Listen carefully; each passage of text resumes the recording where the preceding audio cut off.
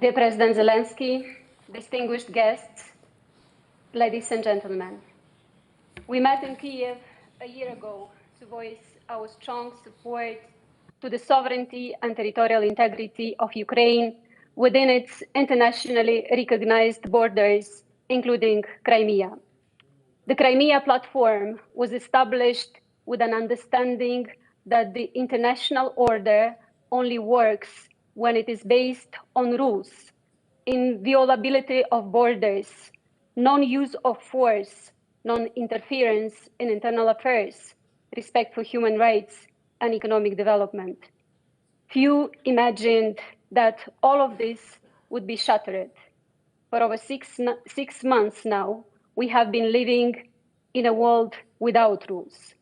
Russia has been waging a war against Ukraine, which has brought untold sufferings to the Ukrainian people and undermined the rules-based international order.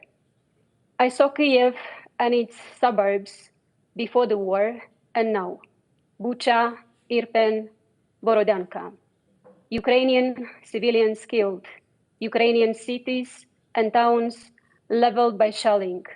Millions of refugees have fled the country, and an entire generation has an unmistakable imprint of the war. Untold tragedies for millions of families. This is the reality of this ruthless war, the death of women, children, and the elderly. The consequences of the war extend far beyond Ukraine and the region as food and energy crisis loom. My country is no exception. We are a peaceful country and peaceful people, firmly committed to a world in which the fundamental principles of international law are respected and protected. But you cannot build a stable regional security order in a world without rules. No state will ever feel secure. The decision of the European Union to grant the status of candidate countries for EU membership to Ukraine and Moldova is a historic decision. The accession process will be lengthy and will require sustained efforts, but we are committed and determined to follow this path. We will not remain weak, divided, indecisive, in the gray zone. Moldova does not tolerate injustice. From the very beginning, Moldova joined an international community in condemning Russia's war against Ukraine and called for an end of the aggression. President Zelensky, the Moldovan patriots, and they are an absolute majority in Moldova, are on the side of Ukraine and firmly condemning Russia's war against the Ukrainian people. Moldova provides assistance to Ukraine, focusing our efforts on supporting a large number of Ukrainians who have found refuge in Moldova, as well as on rendering humanitarian aid.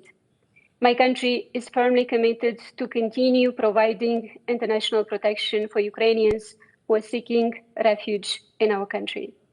We have received and will receive with open arms the Ukrainians who had to leave their homes. We will further assist with any arising humanitarian issues and will help as many people as we can who find themselves in need for protection and shelter. Allow me to congratulate the Ukrainian people on your 31st Independence Day, which you made fighting for your independence, for your existence as a sovereign nation.